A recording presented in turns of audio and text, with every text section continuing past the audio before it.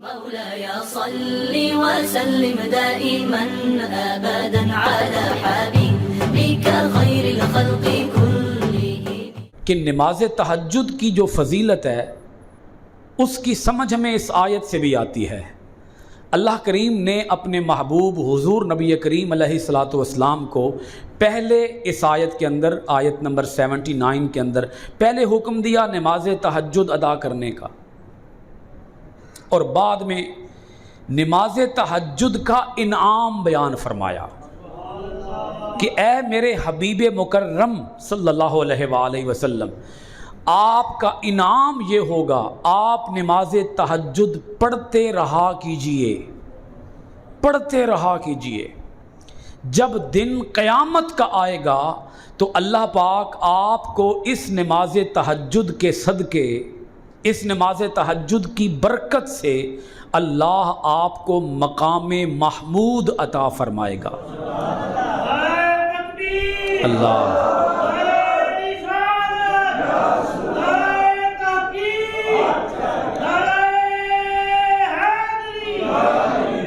دو حکم دیے نا، بلکہ اللہ پاک نے دو پہلو اس آیت کے اندر بیان فرمائے. پہلے کیا کہا بولیے ذرا؟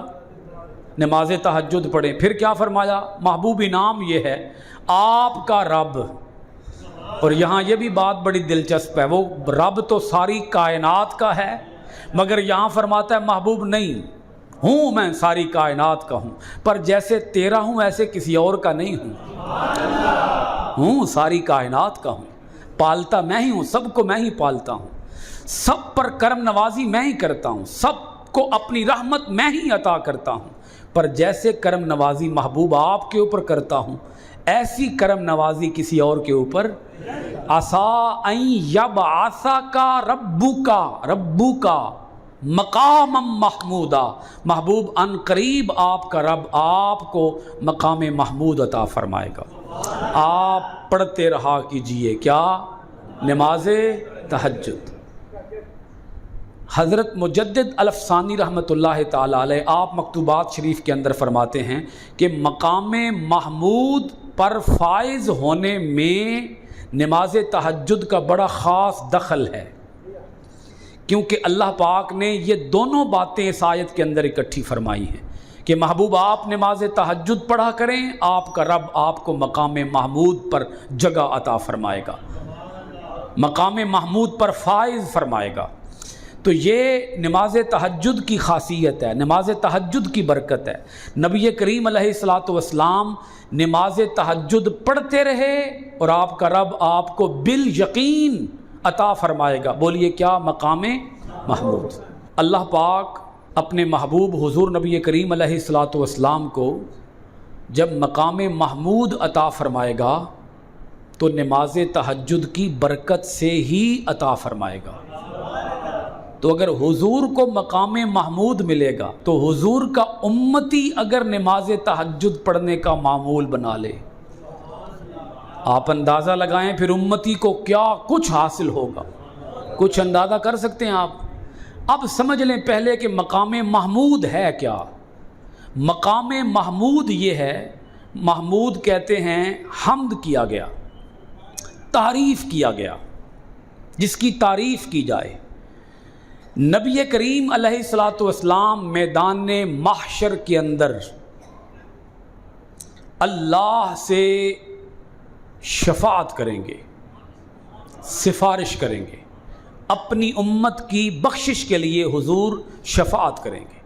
کوئی بھی اللہ کے سامنے قیامت کے دن اللہ کے روبرو کلام نہیں کر سکے گا.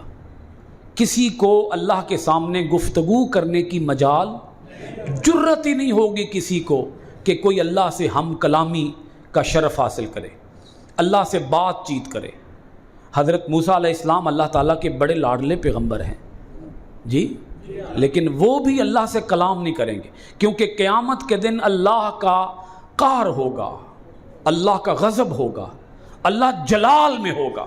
اس دن ساری امتیں مختلف نبیوں سے ہوتے ہوئے جب آقا علیہ الصلاۃ والسلام کے پاس آئیں گی، ہر نبی کہے گا اذهبوا الی غیری، میرے سوا کسی اور کے پاس چلے جاؤ، یہ کام ہم نہیں کر سکتے، انبیاء کہیں گے انبیاء یہ کام ہم سے نہیں ہو سکتا، ہم ڈر رہے ہیں، خود کانپ رہے ہیں، اس سے بات کریں تو کیسے کریں، وہ غضب میں ہے، وہ جلال میں ہے۔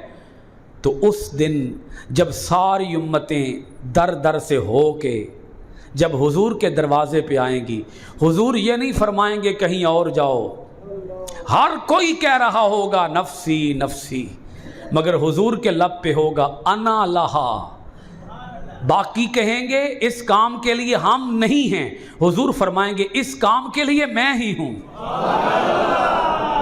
جو کام تمہارا ہے نا، کام کیا ہے؟ بخشش، شفاعت، سفارش، جو تمہارا کام ہے، حضور کیا فرمائیں گے؟ بولیے میں ہی ہوں اس کام کے لیے۔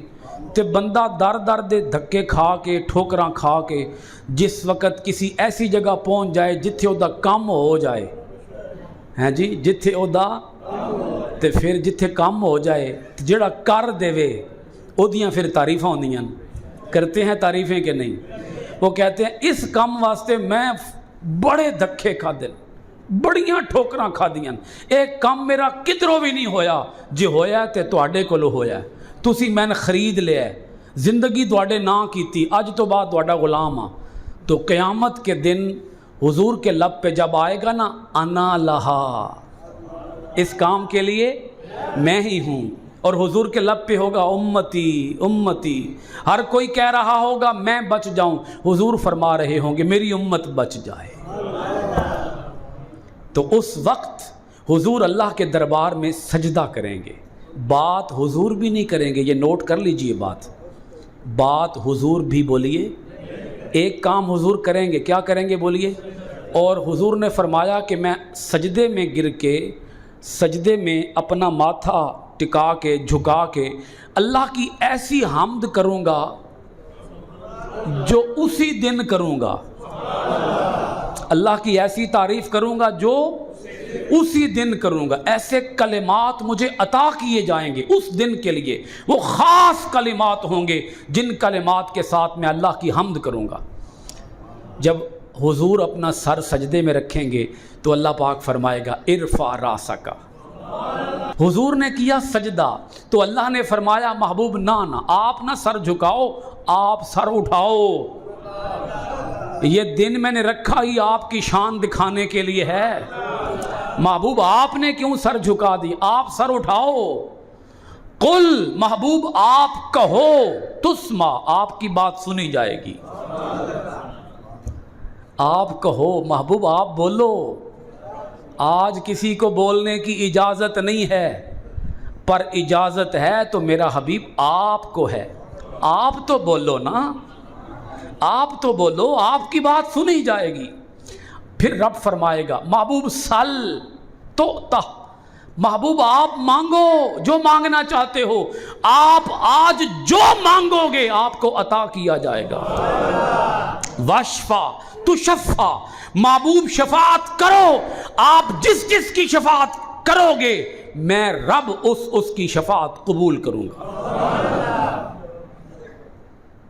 حضور فرمائیں گے امتی امتی، مولا میری امت، مولا میری امت، تو اللہ پاک فرمائے گا محبوب جہنم میں جا، جس کے دل میں جو کے برابر بھی ایمان ہے نا، پکڑ اسے جہنم سے جنت میں داخل فرما دے۔ سوال یہاں پیدا ہوتا ہے اگر کسی کو جہنم سے نکال کے جنت میں بھیجنا ہی تھا تو اللہ پاک خود بھی تو یہ کام کر سکتا ہے نا، لیکن وہ رب فرماتا ہے نہیں، محبوب کے ہاتھوں سے کراؤں گا۔ بولیں ذرا، محبوب کے ذریعے سے کراؤں گا، محبوب کے وسیلے سے کراؤں گا، تاکہ انہیں پتہ چل جائے جو وسیلے کے منکر ہیں اور جو میرے محبوب کی عظمتوں کے منکر ہیں، ان کو پتہ چل جائے او واہ بلے بلے بلے بلے بلے، اسی تے بھلے ساں، اتھے تے گالے تے صرف سرکار دیے گالے تے، جس ویلے جہنمیاں نو جہنم چو پکڑ کے حضور جنت میں داخل فرمائیں گے، ہر طرف گونج ہوگی حضور کی تعریف کی، مٹھی کہو کوئی سننا لے بار، گونج کہہ رہا ہوں، گونج ہیں تسی ستے ہی میرا خیال ہے، گونج ہوگی، ہر طرف پکار ہوگی، آواز ہوگی، ہر طرف حضور کی تعریف کے ترانے ہوں گے، ہر لب پہ حضور کی تعریف ہوں گی، انبیاء بھی حضور کی تعریف کر رہے ہوں گے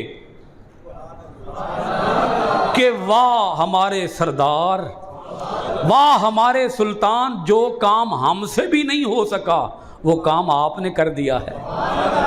یہ ہے اللہ،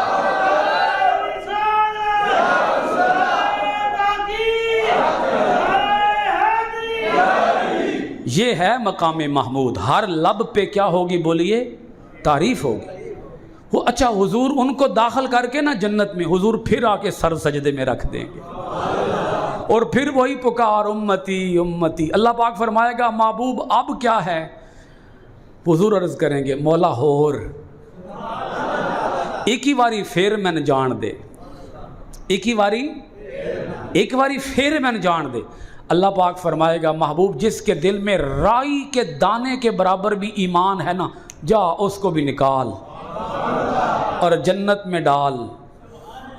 حضور ڈال کے آئیں گے، پھر سر سجدے میں رکھ دیں گے، مولا پھر ایک ہی واری پھر سجدہ کریں گے۔ اللہ فرمائے گا محبوب جس کے دل میں رائی کے دانے سے بھی کم، رائی کے دانے سے بھی کم، اس سے بھی کم ایمان ہے، جا اسے بھی پکڑ کے لے جا، جنت میں اپنے ساتھ داخل کر۔ حضور پھر آ کے سجدہ کریں گے، اتنوں کو ڈال کے۔ اب یہ 3 پھیرے لگ چکے ہیں، 3 پھیروں میں پتہ نہیں کتنے جہنم سے نکل کے جنت میں جا چکے ہوں گے، پتہ نہیں کتنے۔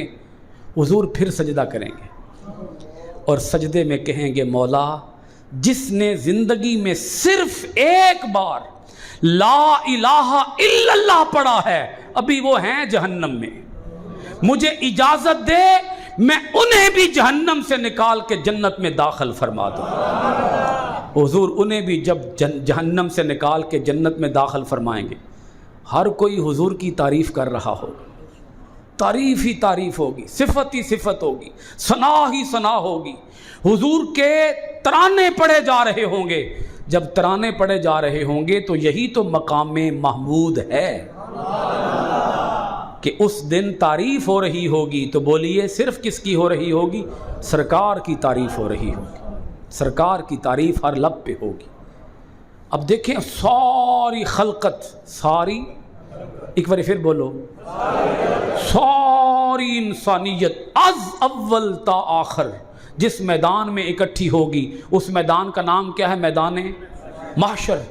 اور جس میدان میں کسی کی نہ سنی جا رہی ہو، صرف حضور کی سنی جا رہی ہو، کتنی بڑی فضیلت ہے یہ، اندازہ لگاؤ اس کا، چھوٹی سی فضیلت ہے یہ۔ حضور فرماتے ہیں قیامت کے دن اللہ کی حمد کا جھنڈا، اللہ کی حمد کا جھنڈا میرے ہاتھ میں ہوگا، اور سارے نبی بھی میرے جھنڈے تلے جمع ہوں گے۔ بولیے سارے نبی میرے جھنڈے تلے ہوں گے۔ اس دن کسی کی سرداری نہیں ہوگی سوائے میری سرداری کے، سوائے میری سرداری کے۔ تو حضور علیہ الصلوۃ والسلام فرماتے ہیں اللہ کی حمد کا جھنڈا میرے ہاتھ میں ہوگا، انبیاء بھی میرے پرچم تلے ہوں گے، لیکن مجھے اس پر بھی فخر نہیں ہے، اس پر بھی حضور نے اس پر بھی کوئی تکبر کا اظہار نہیں کیا۔ اتنا بڑا مقام، اتنی بڑی بلندی، اور حضور فرماتے ہیں مجھے اس پر بھی کوئی تکبر نہیں ہے، کوئی بڑائی نہیں ہے۔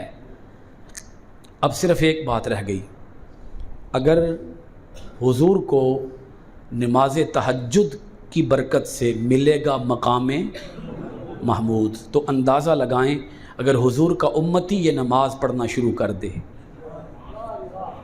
حضور کا امتی، تو حضور نے فرما دیا ہے اس کا حساب نہیں ہوگا، بغیر حساب و سیدھا جنت میں جائے گا۔ کوشش کریں اس نماز کا پابند بنیں۔ وما علینا الا البلاغ المبین۔ مولاي صل وسلم دائما أبدا على حبيبك خير الخلق كلهم